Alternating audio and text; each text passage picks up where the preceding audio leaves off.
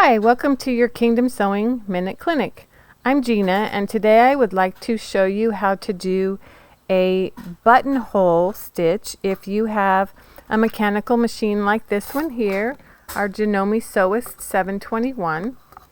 And you can see up top here, these are the 4 steps to our buttonhole stitch.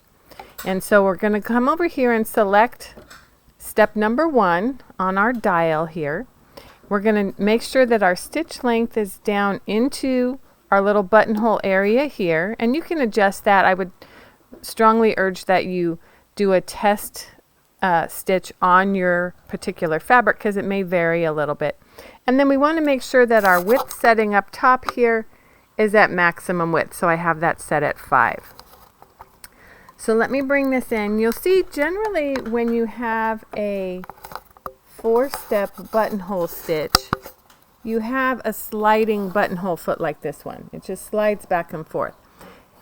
So when you start, you want to start with it pushed all the way back. And the first thing I'm going to do is take my little white chalk marker here and make myself a couple of marks where I want to stop and start my buttonhole. And you would measure your button or make the markings from your pattern, copy the markings from your pattern.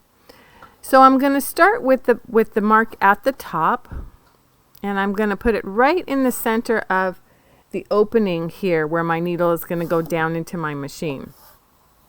As I said, I have my stitch selector set to step 1 of the buttonhole stitch, and I've got a very short stitch length selected.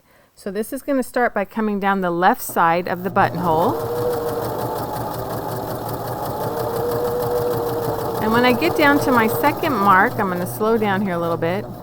I want to stop with my needle the last stitch to the left. So let me do one more so you can see. I'm going to take that stitch to the left, bring my needle up, and now I'm going to switch to step number 2 on my stitch selector dial. And that's going to do the bar tack at the bottom of the buttonhole. We go about 6 or 8 times there. Lift up my needle. I'm going to go to step number 3 on my stitch selector dial. And now I'm going to go backwards. Now I'm also going to recommend that you shorten your stitch length just a little bit more when you go backwards, because I find that the machines tend to travel more quickly when they're going in reverse, and so you might get a little bit of a lopsided look to your buttonhole if you don't shorten that stitch length a little bit more. So then we're going to back up, and when we get back up to the top, I'm going to slow down here a little bit. We want to take that last stitch on the outside to the right, and then we're going to switch to step number 4, and the machine's going to do that bar tack for us to tie everything off. And there we have a nice 4-step buttonhole. And let me show you one more time the steps on our stitch selector dial. So I'm changing from step number 1 to step number 2 to step number 3, and then back for step number 4 as I'm doing each segment of that buttonhole. Let me just show you quickly my first sample. So you can see the stitch length on this one looks pretty good on both sides.